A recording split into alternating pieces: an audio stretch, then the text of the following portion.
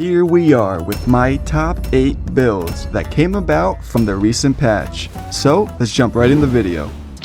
Number 8. Claws with status effects. Patch 109. Claw weapons receive a damage buff. This was already one of my favorite builds, and now it's just a little bit better. The Venomous Fang will inflict deadly poison, which deals more damage than regular poison, but then I stack another passive effect such as blood loss on top of it. Because of the fast successive attacks, you can quickly inflict status effects very easily. And what's great is that this setup can be heavily buffed, stacking both successive attack talismans, then increase attack power when inflicting poison, which is basically instant, and increase attack power even more when dealing blood loss, which again, basically instant. This creates maximum damage, baby, when you get up in there and start slicing off that booty, which is why I use the Endure weapon art, so it allows me to get up in that booty and deal my full attack combo. Do it. Simple, powerful, and fun. A1 sauce build right here.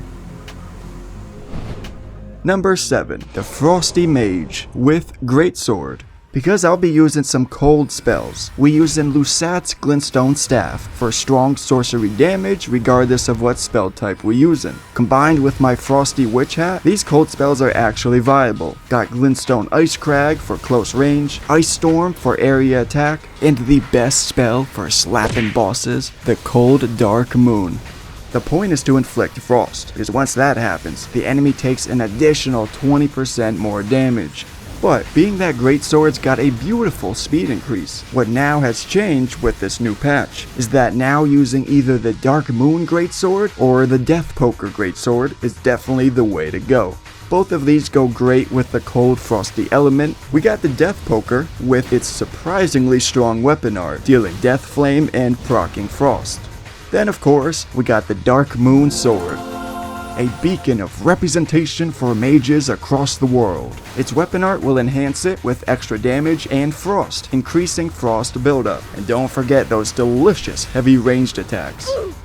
After you inflict a frost, you then can use other spells for straight magic damage, such as Glintstone Comet Shard, Star Shower, the Magic Hammer Slammer, whatever you prefer. Graven Mass Talisman and Godfrey Icon is a must. I have an in-depth guide for a Frost Mage specifically for PvP, so go check that out if you want. Moving forward, number 6, the Pyro Cheese Master. Front and center stage, we have the Prelate's Charge, and in my opinion, the best weapon to use this weapon art with is the Heavy Great Stars. First of all, every hit will grant you a bit of health back in return, and combined with this ugly ass talisman, it's actually effective enough to straight tank through attacks and eat damage up. Secondly, it does innate bleed damage, which pairs nicely with the fact that we can enhance it with Blood Flame. So it's very quickly building blood loss because of the successive attacks, and that's what this build is all about. So we stack on the Swaddling Cloth and Rotten Winged Insignia. Use the Lord of Blood Talisman for 20% increased attack power. We got the Mixed Physic Drink increasing successive attack and fire damage even more. Mission failed. We'll get them next time. Number 5. The Arcane Build. After patch 109, Magwyn's Spear and Morgott's Greatsword are now fighting for the title of most powerful arcane weapon. And though Magwyn's Spear can definitely dish out more damage, it's pretty slow. While Morgott's Greatsword is very versatile and fast, which is why I like it. Not only did all Greatswords receive a speed increase, but Morgott's weapon art itself got a nice buff. The area of attack is very effective to stagger and break enemy stance.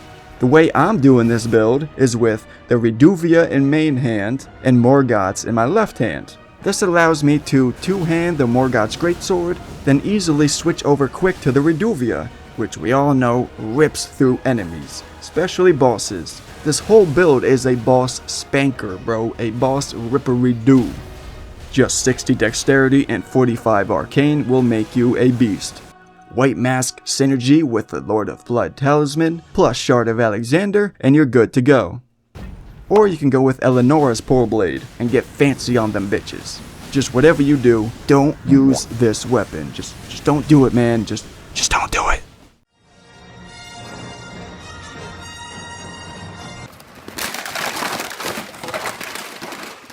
Before we get to our top 3, we have an honorable mention. Even though it's not super powerful, I still want to talk about it. So, if you're a bonk user and you're tired of the same old bonking, well, let me introduce you to the Holy Bonk, full strength and faith build, using the newly buffed Great Club.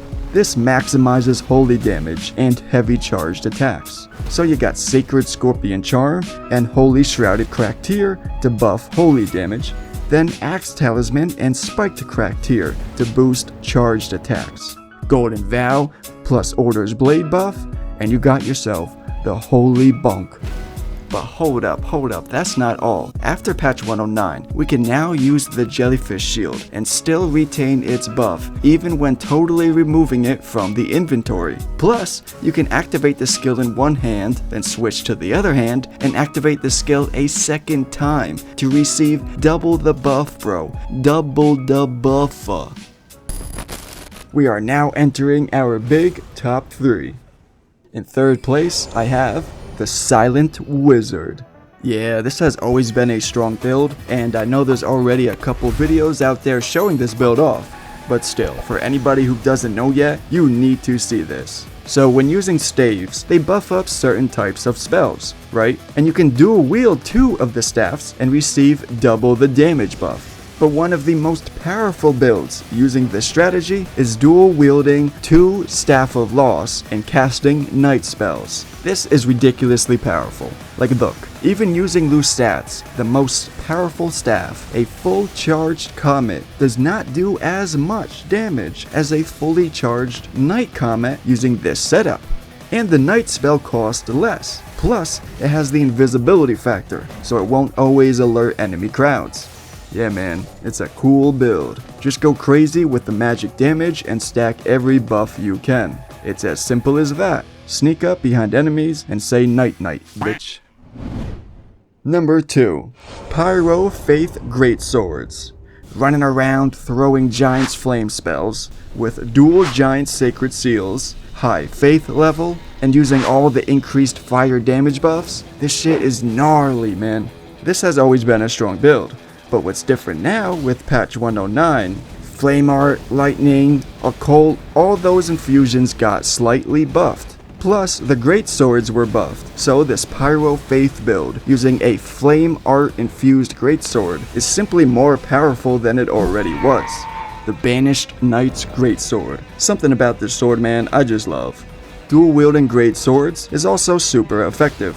I recommend the Blasphemous Blade on the left hand. This is very strong because, well, for obvious reasons. I mean, it does fire damage and scales with faith. And when you have it in your left hand, it's available to quickly switch to and use its weapon art, the True Cheese Attack.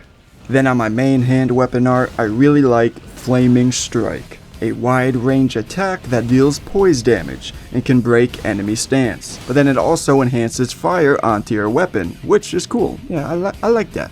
The Black Flame Tornado is another option for a Flame Art infusion. Got the Phlox Canvas Talisman, Radagon Icon, and Shard of Alexander. Increase your fire damage with Flame Shrouded Crack Tier and Flame Grant Me Strength spell, and you're good to go. Here we are, in my number 1 spot. I had to do it, man. The DPS Strength Bleed build. When they nerfed the status build-up when dual wielding, people kinda stopped using the dual curved swords as much. But now, since they increased the attack speed of curved swords, they are back on top, baby. Bandits and Scavengers curved swords are both great. You can use one of those two with a dexterity build. Or you can use the Beastman sword with a strength build for high attack power and blood loss. The curved sword's jump attacks are beautiful, a masterpiece, a work of art, so you can capitalize on that and buff jump attacks. You got Seppuku on the left hand to instantly activate White Mask and the Lord of Blood Talisman. On your main hand, you can use pretty much whatever weapon art you want. Bloodhound Step, Bloody Slash, Warcry, whatever you want. So now, I want to know what you think about these builds. Do you agree or disagree? Let me know your thoughts and opinions down below in the comment section. Thanks for watching, my friend, and I'll talk to you later.